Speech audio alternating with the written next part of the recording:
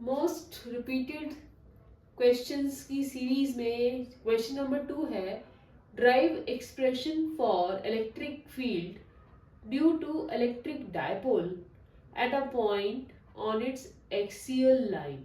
ये क्वेश्चन 2017 में आया और फिर रिपीट हुआ 2020 में। अब इस क्वेश्चन में हमें एक डायपोल लेना है, इलेक्ट्रिक डायपोल हमने लिया A B having charge minus q plus q at a distance of 2a between them और सेंटर पॉइंट मिड पॉइंट है डायपोल का O। और हमें कहा गया है कि इलेक्ट्रिक फील्ड निकालना है एक्सियल लाइन पर। Axial line means the axis line और the line passing through the axis of the dipole, that means this straight line पे ही हमने निकालना है इसका डायपोल का इलेक्ट्रिक फील्ड। तो हमने कुछ पॉइंट P ले लिया जिस पर हमें electric field, net electric field due to this dipole निकालना है, ठीक है। सच दैट इस पॉइंट P का distance from the mid point O is R। तो जब भी हमें ऐसे क्वेश्चंस में आंसर लिखना होता है तो जो भी वेरिएबल्स हम ले रहे हैं वो सब यहाँ पे स्टेटमेंट में लिख कर बताते भी हैं। जैसे कि if you have to find out electric field E at point P or axial line at the OP which is equal to R from the center O of the dipole।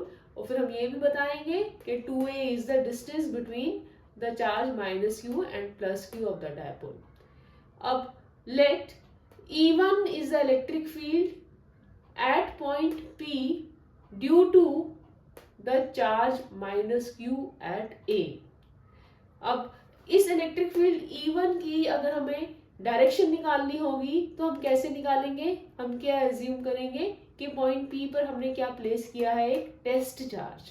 और test charge हमेशा हम एक unit positive charge लेते हैं। तो अगर यहाँ पे एक पॉजिटिव चार्ज होगा तो ये माइनस क्यू चार्ज क्या करेगा, उसको अपनी तरफ अट्रैक्ट करेगा। इसलिए E1 फील्ड की डायरेक्शन का एरो क्या होगा, टुवर्ड्स A। और E1 का अगर हमें मैग्नीट्यूड लिखना होगा तो हम मैग्नीट्यूड E1 का कैसे लिखेंगे, E1 मैग्नीट्यूड, और E1 ऐसे भी लिख सकते हैं। फॉर्मूला क्या है, KQ/R² because of a point charge. So K तो आ गया 1/4πε0, Q है Q/R²। R is the distance of separation between A to P।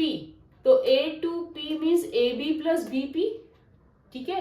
AB तो या हम इसको ये कह सकते हैं कि AO प्लस OP। OP हमने R दिया है तो A to O क्या हो गया, A। तो ये हो जाएगा R plus A whole square, KQ/R²। और इसकी हम डायरेक्शन क्या लिख देंगे, बेटा डायरेक्शन लिखनी जरूरी होती है क्योंकि E1 इलेक्ट्रिक फील्ड एक वेक्टर है। तो ये तो मैग्नीट्यूड आपने बताया, और डायरेक्शन क्या हो जाएगी, डायरेक्शन होगी P to A, PA, या यहां लिख सकते हैं along PA। Next E2। E2 जो फील्ड होगा वो क्या होगा, that will be due to the charge plus Q at point P।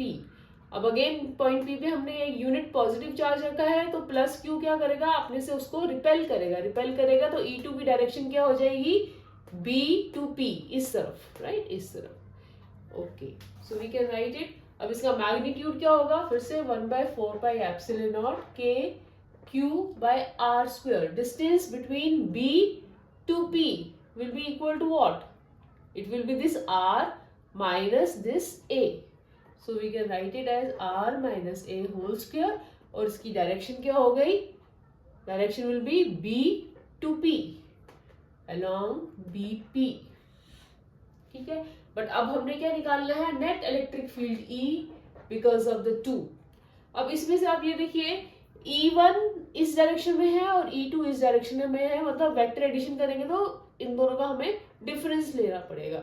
अब डिफरेंस लेते समय हमें पहले ये देखना पड़ेगा कि इन दोनों में से बड़ा कौन सा है।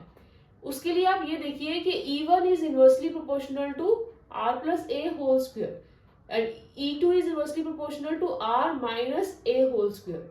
तो इसका डिनोमिनेटर बड़ा है, that means E1 will be less than E2। That means हम जब डिफरेंस निकालेंगे तो नेट ई क्या आएगा, E2 minus E1. So putting in the values, 1 by 4 pi epsilon naught, rather Q by 4 pi epsilon naught taken out, and E2 is 1 by R minus A whole square minus 1 by R plus A whole square. अब इसको solve करना है.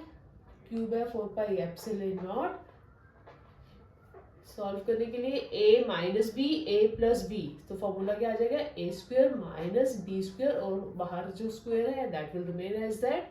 अब r plus A का whole square, I am expanding it directly, R square plus A square plus 2ar minus r minus A whole square will be A square, और minus ए square का plus ए square, और minus का plus 2ar हो जाएगा. आप इसको properly expand करके check कर सकते हैं, you will get the same step. अब what do we get, just check it, r square plus A square plus 2ar, r square plus A square का माइनस ए स्क्वायर हो जाएगा, आर ए माइनस बी होगा a square plus b square होगा ना, तो ये minus ए square और minus 2ar का plus 2ar, because minus common है बाहर.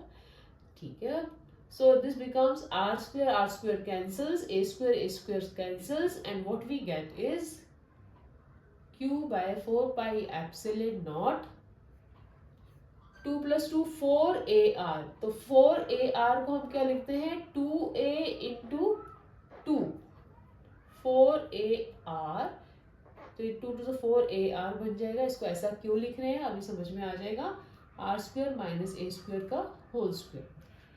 अब इसको इस तरह से लिखने का फायदा ये हुआ कि ये 2aq प्रोडक्ट तो बन गया p dipole moment into 2r upon 4 pi epsilon not r square minus a square का होल स्क्वायर, विच शोज कि अगर इसमें हम एक कंडीशन लगा दें कि इफ वी से कि if dipole is short, dipole की लेंथ अगर कम है, इंप्लाइज A is, या डायपोल की लेंथ क्या होती है 2a, दैट इज ये बहुत कम है, that means dipole 2a is very much less than r. तो उस सिचुएशन में we can write net E to be equal to, I am writing it here, in that condition we can write net E to be equal to this a square will become negligible as compared to r, और फिर condition क्या बन जाएगी, p into 2r upon 4 pi epsilon naught as that, and we'll get r raised to the, this a square is negligible, we'll get only r square raised to power 2, that means r4. या इसको हम ये लिख सकते हैं 2p by 4 pi epsilon naught r cube. So this shows that net field in this situation becomes inversely proportional to r cube, and उसकी net field की direction क्या होगी, जिस डायरेक्शन में बड़ा वाला फील्ड दैट इज E2 था, that is E2 की डायरेक्शन क्या थे BP. So net field is this E in the direction of BP.